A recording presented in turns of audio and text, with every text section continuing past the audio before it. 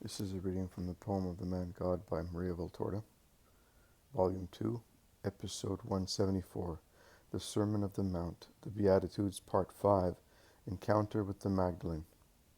Second part of the reading. 12th of August, 1944. Jesus says, "Look and write.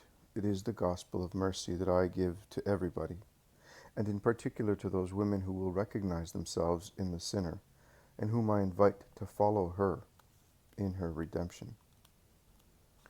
Jesus is standing on a rock and is speaking to a large crowd. It is a mountainous place, a lonely hill, between two valleys.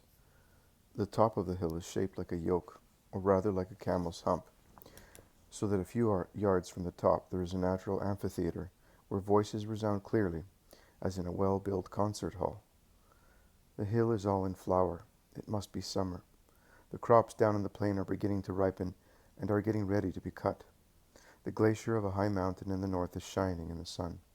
Directly below, to the east, the Sea of Galilee looks like a mirror, broken into numberless fragments, each of which is a sapphire, lit up by the sun.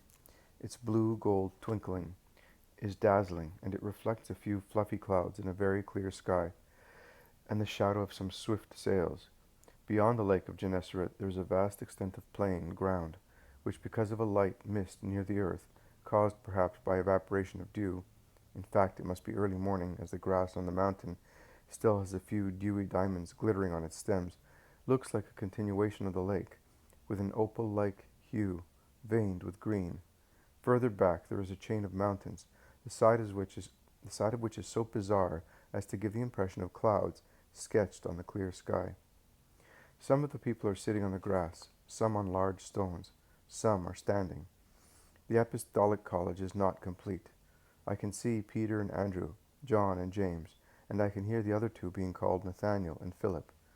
Then there is one who is and is not one of the group. Perhaps he is the last one who arrived. They call him Simon.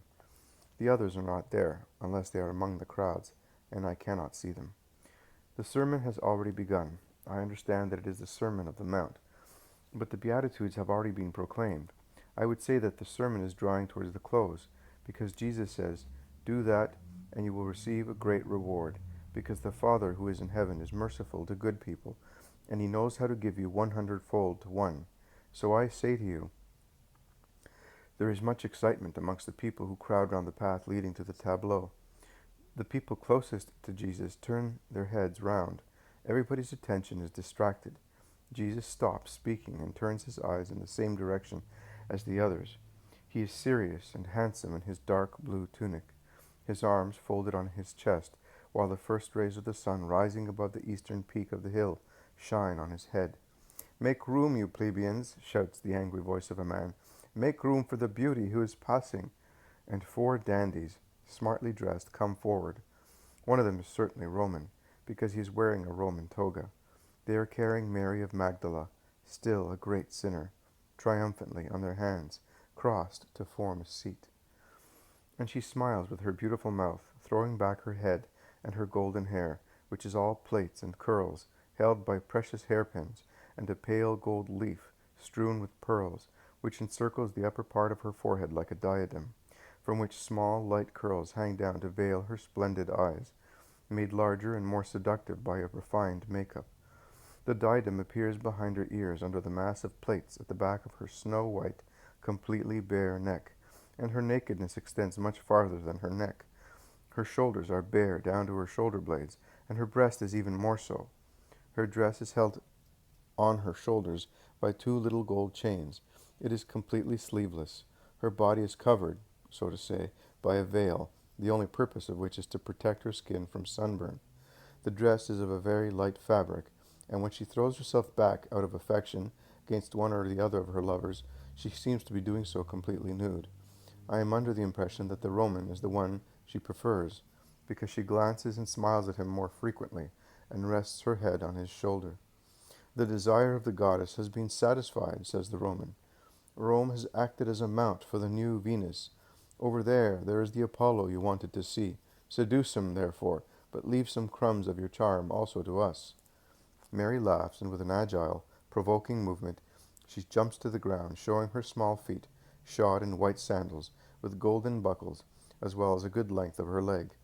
Then her dress covers her whole body. It is in fact a very wide one of snow-white wool, as thin as a veil, held tight at the waist, very low, near her sides, by a large belt made of supple gold bosses, and she stands on the green tableland, where there is a vast amount of lilies of the valley, and wild narcissi, like a flower of flesh, an impure flower, which has opened there by witchcraft. She is more beautiful than ever. Her tiny purple lips seem a carnation opening on the whiteness of her perfect set of teeth. Her face and body would satisfy the most exacting painter or sculptor, both because of her complexion and her figure, with her broad breast, her perfectly sized sides, her naturally supple, slender waist, as compared with her sides and breast. She does look like a goddess, as the Romans said.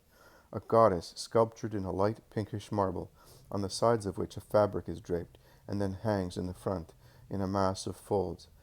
Everything has been devised to please. Jesus stares at her, and she defiantly resists his look, while she smiles and twists lightly, as the Roman tickles her, running on her bare shoulders and breast, a lily picked among the grass. Mary, with affected indignation, lifts her veil, saying, "Have respect for my innocence," which causes the floor to burst into a guffaw. Jesus continues staring at her. As soon as the noise of the laughter fades away, Jesus resumes speaking, as if the apparition of the woman had kindled the flames of the sermon, which was losing intensity in its conclusion, and no longer looks at her. He looks instead at his audience, who seem embarrassed and scandalized at the event. Jesus says, "I told you to be faithful to the law, to be humble and merciful, to love not only your brothers by the flesh, but also those who are brothers because they were born, like you, of man. I told you that forgiveness is better than hostility, that compassion is better than stubbornness. But now I tell you that you must not condemn, unless you are free from the fault you wish to condemn. Do not behave like the scribes and Pharisees, who are severe with everybody, except themselves, who call impure what is exterior, and can only contaminate what is exterior, when they receive impurity in the very depths of their hearts. God does not stay with the impure, because impurity corrupts what is the property of God, souls, and in particular the souls of children, who are angels spread over the earth. Woe to those who tear off their wings with the cruelty of devilish beasts, and throw those flowers of heaven into the mire, by letting them taste the flavor of material things. Woe! It would be better if they died struck by thunderbolts rather than commit such sin. Woe to you, rich and fast-living people, because it is amongst you that the greatest impurity thrives, and idleness and money are its bed and pillow. You are now sated. The food of concupiscence reaches your throats and chokes you. But you will be hungry, and your hunger will be terrible, insatiable, and unappeasable forever and ever. You are now rich. How much good you could do with your wealth. Instead, you do so much harm, both to yourselves and to other people. But you will experience a dreadful poverty on a day that will have no end. You now laugh. You think you are triumphing. But your tears will fill the ponds of Gehenna, and they will never cease. Where does adultery nestle? Where does the corruption of young girls hide? Who has 2 or 3 licentious beds, in addition to his own matrimonial one which he squanders his money and wastes the strength of a healthy body given to him by God, that he may work for his family, and not to wear himself out through filthy unions, which place him below unclean beasts? You heard that it was said, 'You shall not commit adultery.' But I tell you that he who looks at a woman lustfully, that she who wished to go with a man, has already committed adultery in his or her heart, simply by that. There is no reason which can justify fornication, none, neither the abandonment nor the repudiation of a husband, nor pity for the repudiated woman. You have one soul only. When it is joined to another soul by a pact of faithfulness, it must not lie. Otherwise, the beautiful body for which you sin will go with you, O impure souls, into the inexhausted fire. Mutilate your body rather than kill it forever by damning it. Come to your moral senses, O rich men, verminous sinks of vice, so that you may not disgust heaven. Mary, who at the beginning listened with a face which was a dream of allurement and irony, sneering now and again, at the end of the sermon becomes livid with rage. She realizes that although Jesus does not look at her, he is speaking to her. She becomes more and more livid and rebellious, and at last can resist no longer. She spitefully envelops herself in her veil, and followed by the glances of the crowds jeering at her, and by Jesus' voice which pursues her, she runs down the slope of the mountain, leaving strips of her dress on the thistles and dog-rose bushes growing on the edges of the path, laughing out of anger and mockery. I see nothing else, but Jesus says, "You will see more." 29th of May, 1945. Jesus resumes, "You are indignant at what happened. For 2 days our shelter, which is well above the mud, has been upset by Satan's hiss. It is therefore no longer a shelter, and we will leave it. But I wish to conclude this code of the most perfect in this wide and bright horizon. God really appears here in the majesty of the Creator, and watching his marvels we can firmly believe that he, and not Satan, is the master. The evil one could not create even a blade of grass, but God can do everything. This should comfort us. But you all are already in the sun, and that is harmful. Spread out on the slopes where there is shade and it is cool. Have your meals, if you wish so. I will speak to you again on the same subject. Many things have delayed us, but do not worry about it. You are with God here." The crowds shout, "Yes, we are, with you," and they move under the thickets, spread on the eastern side, so that the slope of the hill and the tree branches shelter them from the sun, which is already too warm. In the meantime, Jesus tells Peter to take the tent down. "Are we really going away?" "Yes, we are." "Because she came?" "Yes. But do not tell anybody, especially the zealot. He would be upset because of Lazarus. I cannot allow the word of God to be mocked at by heathens." I see. "Well, there is another thing you must understand." "Which, Master?" "That it is necessary to be silent in certain cases. Please do not forget. You are so dear, but you are also so impulsive as to burst out into biting criticism." "I understand. You do not want for Lazarus and Simon, and for others as well. Do you think there will be any today?" "Today, tomorrow, the day after tomorrow, always. It will always be necessary to watch the rashness of my Simon of Jonah. Go now, and do what I told you." Peter goes away calling his companions to help him. The Iscariot is pensive in a corner. Jesus calls him 3 times, but he does not hear. At last he turns round. "Do you want me, Master?" he asks. "Yes, go and take your food and help your companions. I am not hungry. Neither are you." "Neither am I, but for different reasons. Are you upset, Judas?" "No, Master, I'm tired. We are now going to the lake, and then to Judea. Judas, to your mother's, as I promised you." Judas cheers up. "Are you really coming only with me?" "Of course. Love me, Judas. I would like my love to be such in you as to preserve you from all evil." "Master, I am a man. I am not an angel. At times I feel tired. Is it a sin to feel the need of sleep?" "No, providing you sleep on my chest. Look over there how happy the people are, and how beautiful the scenery is from here. Also, Judea must be lovely in springtime." "Most beautiful, Master. But spring, there on the mountains, which are higher than here, is later. But there are beautiful flowers. The apple orchards are magnificent. Mine, which is looked after by my mother, is one of the most beautiful ones. And when she moves about in it, with the doves following her to get some corn, believe me, it is a sigh that soothes your heart. It is a sight that soothes your heart." "I believe you. If my mother is not too tired, I would like to take her to see yours. They would love each other, because they are both good."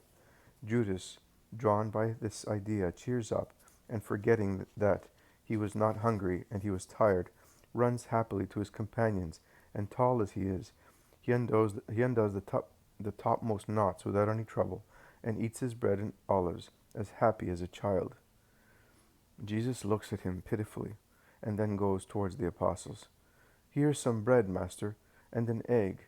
I got that rich man over there, the one wearing the red tunic, to give me it. I said to him, 'You listen, and you are hungry. He speaks and is exhausted.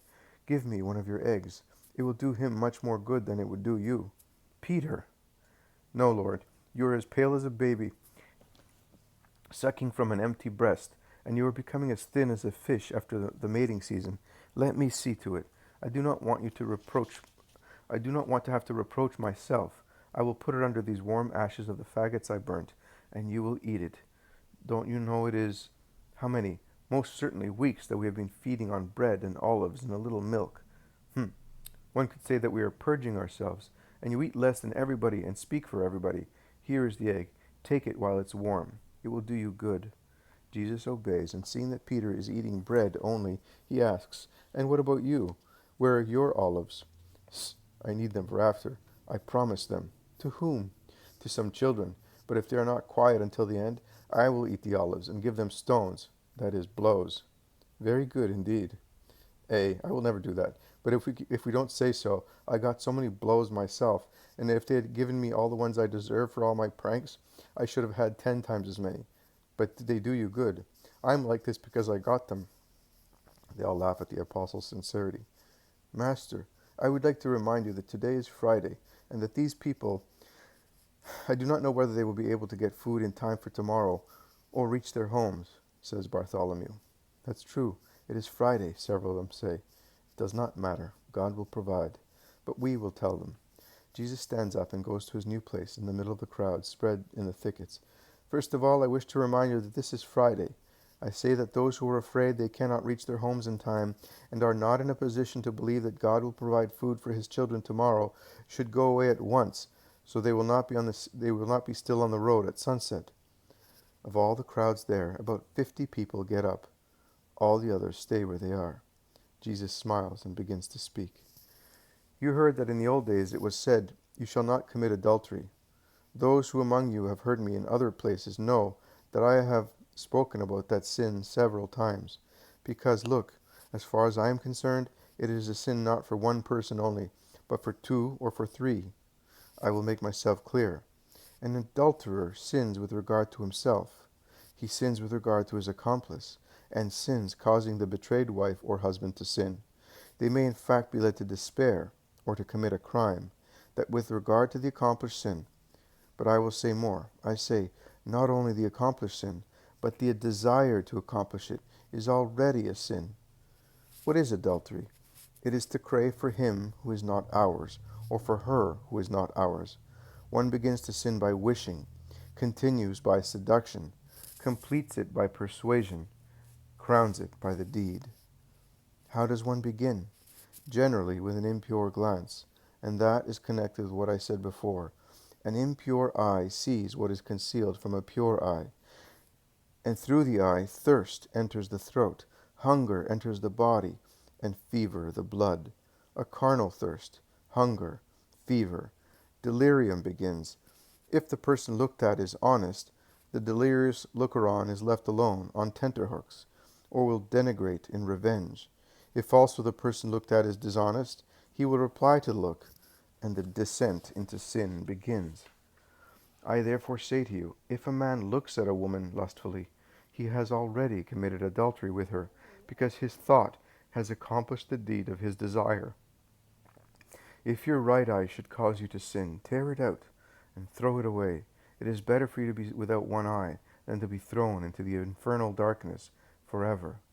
And if your right hand should cause you to sin, cut it off and throw it away, for it will do you less harm to lose one part of you than to have your whole body go to hell. It is true that it is written that deformed people cannot serve God in the temple, but after this life, the deformed by birth who are holy, and those who are deformed out of virtue, will become more beautiful than angels, and will serve God, loving him in the happiness of heaven. It has also been said to you, anyone who divorces his wife must give her a writ of dismissal. But that is to be condemned, for it does not come from God. God said to Adam, This is the helpmate I made for you. Be fruitful, multiply, fill the earth and conquer it. And Adam, full of superior intelligence, because sin had not yet dimmed his reason, made perfect by God, exclaimed, This at last is bone from my bones, and flesh from my flesh. This is to be called woman, that is, another eye, because this was taken from man. This is why a man leaves his father and mother, and joins himself to his wife, and the two become one body. And in an increased splendor of light, the eternal light approved, smiling Adam's word, which became the first indelible law. Now, if owing to the ever-increasing hardness of man, the human lawgiver had to give a new law, if owing to the ever-increasing inconstancy of man, the lawgiver had to put a restraint and say, if you have dismissed her, you cannot take her back, that does not cancel the first genuine law, passed in the earthly paradise and approved by God. I say to you, whoever divorces his wife, except for the case of fornication, exposes her to adultery. Because what will the divorced woman do in 90% of the cases? She will get married again. With what consequences? Oh, how much there is to be said about that. Do you not know that you can cause involuntary incests by such system? How many tears are shed because of lust? Yes, lust. There is no other name for it. Be frank. Everything can be overcome when the spirit is righteous, but everything is an excuse to satisfy sensuality when the spirit is lustful. Woman's frigidity, dullness, ineptitude for housework, shrewish tongue, love for luxury, everything can be overcome. Also diseases and irascibility, if one loves holily. But, as after some time one does not love as on the first day, what is more than possible is considered impossible, and the poor woman is thrown onto the road and to perdition. He who rejects her commits adultery. He who marries her after the divorce commits adultery. Death only dissolves a marriage. Remember that. And if your choice is an unhappy one, bear the consequences as a cross, being both of you unhappy but holy, without making also the children unhappy, as they are innocent and suffer more because of such unfortunate situations. The love for your children should cause you to ponder 100 times also in the case of death of your partner. Oh, I wish you could be satisfied with what you already have had, and to which God said, enough. I wish you, widows and widowers, realized that death is not an attenuation, but an elevation to the perfection of parents. To be a mother in the place of a dead mother, to be a father in the place of a deceased father, to be two souls in one, and receive the love for the children from the cold lips of the dying partner, and say, go in peace, without worrying for those who were born of you. I will continue to love them on my own and on your behalf.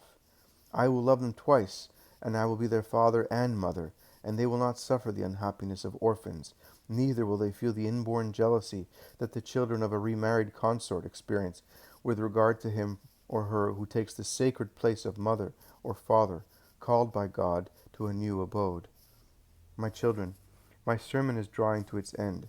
As the day is nearing its end, while the sun is setting in the west, I want you to remember the words of this meeting on the mountain, and engrave them in your hearts. Read them over and over again, and very often. Let them be your everlasting guidance, and above all, be good to those who are weak. Do not judge that you may not be judged. Remember that the moment might come when God could remind you, that is how you judged, so you knew that that was bad. You therefore committed a sin, knowing what you were doing. You must now pay for it. Charity is an absolution. Be charitable to everybody, and in everything. If God gives you much assistance to keep you good, do not be proud of it, but endeavor to climb the full length of the ladder of perfection, and to give a hand to those who are tired or unaware, and to those who are easily disappointed. Why do you observe so diligently the splinter in your brother's eye, if first you do not go to the trouble of taking the plank out of your own eye? How dare you say to your brother, let me take the splinter out of your eye, while the plank in your eye is blinding you? Son, do not be a hypocrite. Take the plank out of your own eye first, and then you will be able to take the splinter out of your brother's eye without ruining him. As you avoid being uncharitable, also avoid being imprudent. I said to you, give a hand to those who are tired or unaware, and to those who are easily disappointed. But if it is charity to teach the ignorant, to encourage the tired, to give new wings to those whose old ones are broken, it is imprudence to reveal the eternal truths to those affected by Satanism, who take possession of them to pretend they are prophets, to insinuate themselves among simple people, to corrupt, lead astray, and sacrilegiously foul the things of God. Absolute respect, to be able to speak, to be silent, to ponder, to act, are the virtues of the true disciple in order to make proselytes and serve God. You are gifted with the faculty of reason, and if you are just, God will grant you all the light to make a better use of your reason. You must consider that the eternal truths are like pearls, and no one has ever seen pearls thrown in front of pigs, which prefer acorns and rank broth to precious pearls, which they would crush under their feet, and then, furious at being mocked at, they would turn against you to tear you to pieces. Do not give dogs what is holy. That is for the present and the future. I have told you much, my children. Listen to my words. He who listens to them and puts them into practice can be compared to a thoughtful man who, wishing to build a house, chose a rocky place. He certainly worked hard to lay the foundations. He had to work with pick and stone chisel.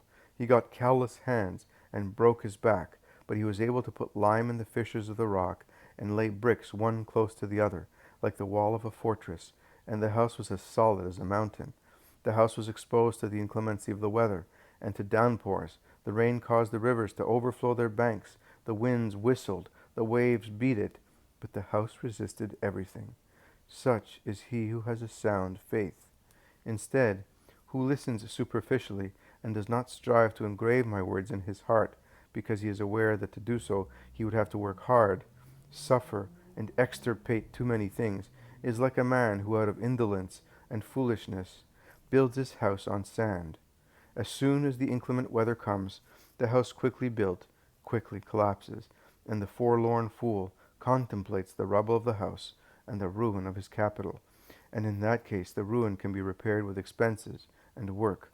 But if the edifice of the Spirit crashes because it was badly built, there is no way to rebuild it. One cannot build in future life. Woe to those who present themselves there with rubble. I have finished. I am now going down towards the lake, and I bless you in the name of the one and triune God. May peace be with you. But the crowds shout, "We are coming with you. Let us come. No one has words like yours." And they begin to follow Jesus, who goes down on the opposite side from which he came up, and which is in the direction of Capernaum. The descent is steeper, but faster, and they soon reach the foot of the mountain on a green, flowery plain. Jesus says, "Enough for today. Tomorrow."